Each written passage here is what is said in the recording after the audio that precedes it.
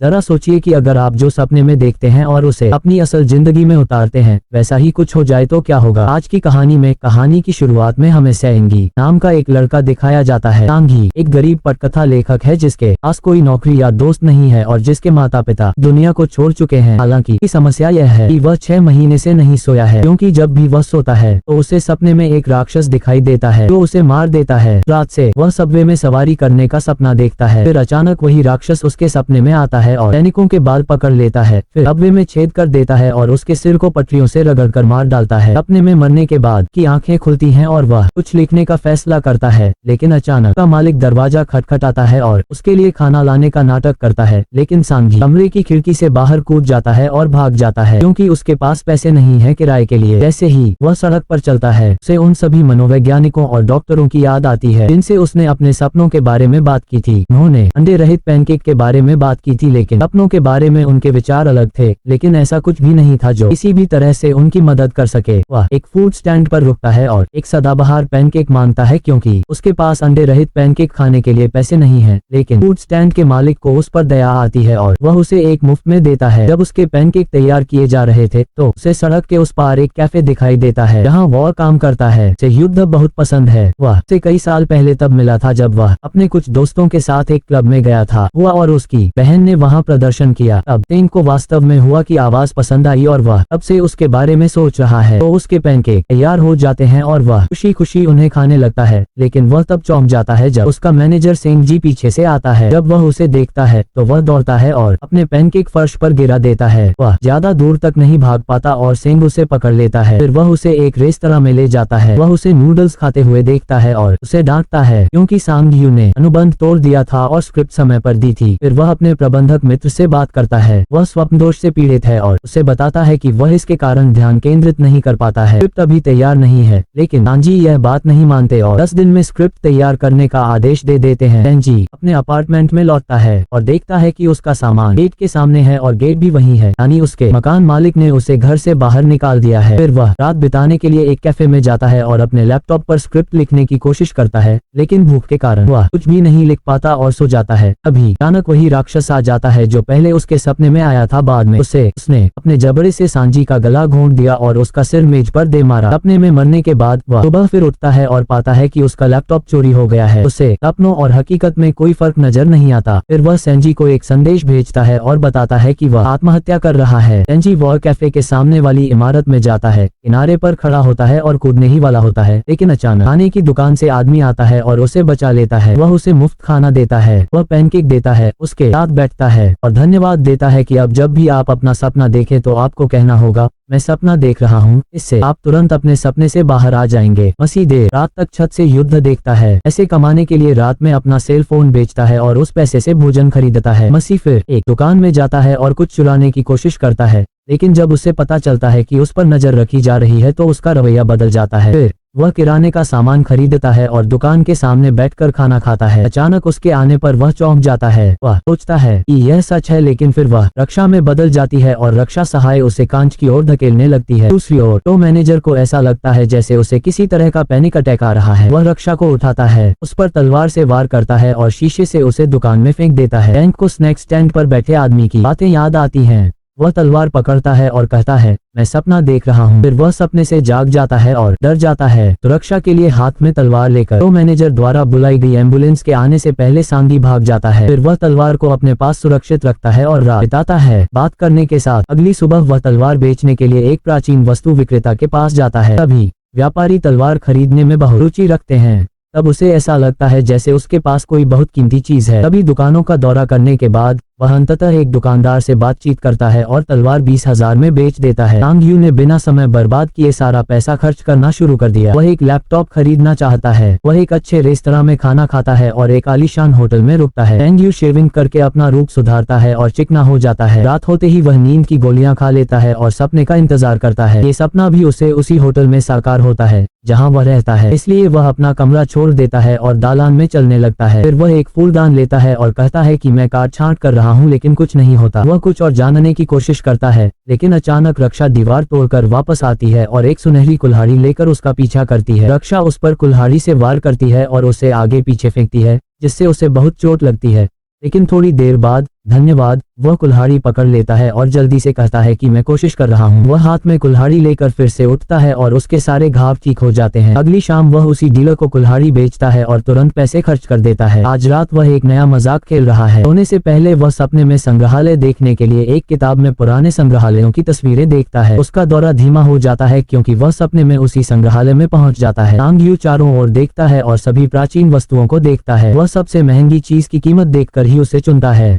वह रक्षा के आने का इंतजार करता है। इस बार रक्षा एक मशीन गन लाती है जो पूरी तरह से सांग यू की योजना के विरुद्ध थी। सांग यू गोलियों से बचकर भागने लगता है लेकिन अंततः रक्षा उसे पकड़ लेती है और मार डालती है। सांग यू अपने होटल के कमरे में लौट आया। वह अपना काम अधूरा नहीं छोड़ना चाहता था, इसलिए वह जल्दी से उसे नींद की गोली देता है और उसके सपने में लौट आता है। वह फिर से दौड़ना शुरू कर देता है और इस बार वह एक बड़ी छलांग लगाता है और दो प्राचीन वस्तुओं पर गिर जाता है और तुरंत कहता है कि मैं सपना देख रहा हूँ और दोनों चीजों को अपने होटल के कमरे में ले जाता है और अपने काम में सफल हो जाता है। इस बार उसे पेशेवर एंटीक डीलरों के पास जाना होगा। वह मसीह को होटल में ले जाता है ताकि वह अमीर लोगों के साथ व्यापार कर सके, अधिक मुनाफा कमा सके और अपना साम्राज्य बना सके। खजाने के बदले में उसे $2 मिलियन मिलते हैं। जैसे ही वह व्यापारियों से मिलने के बाद बाहर निकलता है, रास्ते में उसकी मुलाकात सैन जी से होती है जो उसके पास बहुत गुस्से में आते हैं क्योंकि उसे लगा कि मसीह उसे एक फैंसी रेस्तरां में खाने के लिए आमंत्रित करता है और उसे लेखन के लिए दिए गए पैसे वापस देता है। लिपि अगले दिन मसीह गुहार के कैफे में जाती है और कॉफी ऑर्डर करने के बाद उससे पूछती है कि क्या वह उसे पहचानती है,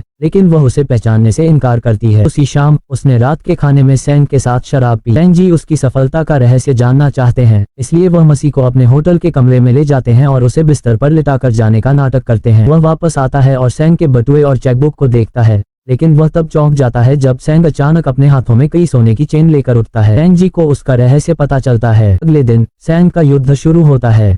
वह कार कैसे खरीद सकता है और उससे कैसे सहमत हो सकता है कि यदि वह जीतती है तो वे दोनों पैसे बराबर बांट लेंगे और यदि वह हार जाती है तो मैं सब कुछ दे दूंगा। उसे ये दिखाने के लिए कि मसीह उसकी कितनी आभारी है, वह उसे रात्रिभोज पर आमंत्रित करती है जहां वे दोनों एक साथ अपने व्यवसाय के बारे में बात करते हैं। मसीह अपने होटल के कमरे में लौटता है जहां वह एक साहसिक सपने में गिर जाता है और सैन अपने शरीर की रक्षा करते हुए अपने सपने में एक बैंक लूटता है जहां वह दिखाता है कि वह इन चीजों में विशेषज्ञ बन गया है कि उसका अपने सपनों पर पूरा नियंत्रण है और उसके हाव भाव से उसके मन की ये बातें पढ़ लेना चाहता है। रक्षा भी उसका कुछ नहीं बिगाड़ सकती क्योंकि उसने उसे मुंहतोड़ जवाब देना सीख लिया है। वह अपने सपने में एक लाल रंग की लग्जरी कार भी लाते हैं। मसीह के पास स्नैक स्टैंड से उपहार के रूप में पैसों से भरा एक बैग भी है। कृपया रियायती स्टैंड विक्रेता के लिए पैसों से भरा एक बैग भी छोड़ दे जो अक्सर मुफ्त भोजन देता है। मसीह द्वारा रोके जाने के बाद वह मसीह के साथ टहलने जाता है और थोड़ी बातचीत के बाद वह उसे बताती है कि मसीह एक पटकथा लेखक है और मसीह को पकड़ना चाहती है, इसलिए उसने एक आदमी को काम पर रखा है। उन्होंने स्क्रिप्ट लिखी और सांजी को पढ़ने के लिए दी।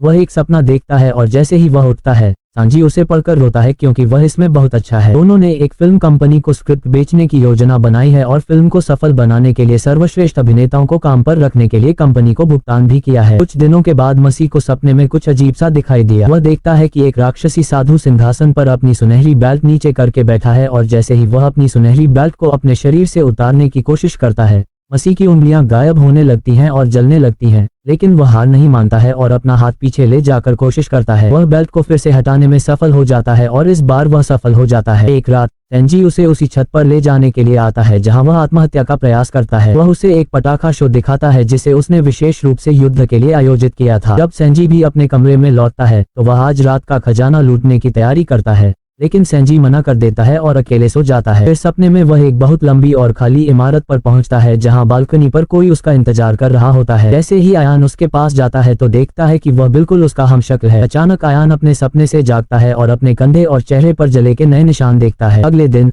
आयान अधिक सलाह लेने के लिए फूड स्टॉल के मालिक के पास जाता है, लेकिन जैसे ही वह स्नैक स्टैंड पर पहुंचता है एक बहन उसके पास आती है और कुछ ठग उसका अपहरण कर लेते हैं। जैसे ही वह अपने सिर से बैग हटाता है आयान को एहसास होता है कि ठगों ने उसे चारों तरफ से घेर लिया है। इन ठगों का सरगना चयन जी है। जब चयन जी पैसे लाते हैं तो चयन जी के आदमी उनसे पैसे ले लेते हैं और उनका भी अपहरण कर लेते हैं। अब कोई संभावना नहीं है, इसलिए वह बेहोश चयन जी के साथ सभी गुंडों को अपने अपार्टमेंट में ले जाता है जहां वह उन्हें अपने गुप्त कमरे में रखी कुछ अनोखी और महंगी चीजें दिखाता है। लेकिन फिर उसकी मुलाकात मसीह से उसके अपार्टमेंट में होती है। जैसे ही वह लिफ्ट से बाहर निकलती है एक ठग उसके सिर पर बैग रखता है और उसका अपहरण कर लेता है। वह उसे उसी स्थान पर ले जाता है जहां आइंगो को रखा गया था और फिर सेंजी को होश आ जाता है। सेंजी को ठगों ने मारा लेकिन वह भागने में सफल हो गया। मसी ने भी ठगों को अपने दांतों से काट लिया और तीनों भाग निकले। बहुत ज्यादा खून बह जाने के कारण वे तीनों ज्यादा दूर तक नहीं भाग सकते। फिर सेंजी ने तुरंत ठगों को पकड़ लिया और उन्हें आगे नहीं जाने दिया ताकि थैंक यू और वह भाग सके। लेकिन उन दोनों में ताकत थी और वे अकेले थे,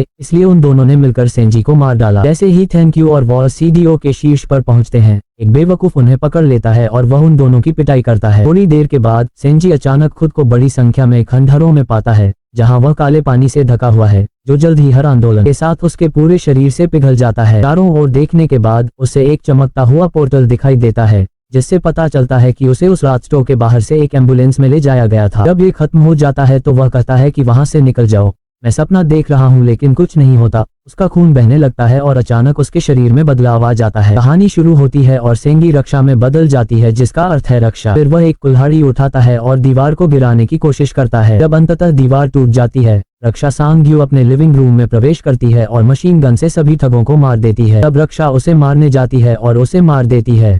फिर वे सभी प्राचीन वस्तुएं जो वह अपने सपनों से लाया था उसकी शेल्फ से और अमीर आदमी के संग्रह से गायब होने लगती हैं। जब वह जागता है तो वह खुद को उसी दुकान में पाता है जहां युद्ध रक्षा में बदल गया था और अब तक जो कुछ भी हुआ है वह बस एक बहुत पुराना सपना है। तब से सांग यू उसी दुकान के बाहर सो रहा है।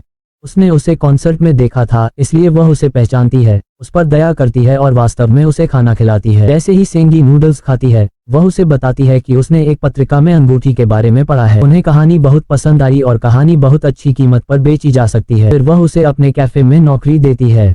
इस वजह से वह टूट गए और कई दिनों तक रोने लगे। इसके बाद अब वह अपनी जिंदगी से संतुष्ट है। वह खाना ऑर्डर करने के लिए फूड स्टॉल विक्रेता के पास जाता है। वह उसे उसके पैसे वापस देता है और उसके पेट पर एक निशान दिखाता है क्योंकि उसके पास सैनिकों के समान शक्तियां हैं। लेकिन वह कहता है कि सादा जीवन जीना बेहतर है। जैसे ही दोस्त उसकी कहानी सुनता है, उसके आखिरी सपने के खंडहर उसके पीछे दिखाई देते हैं और पता चलता है कि राक्षस जिसने गिरोह को मार डाला था उसका पीछा कर रहा है। क्या अब आप अपने सपनों को हकीकत में बदलना चाहते हैं? हमें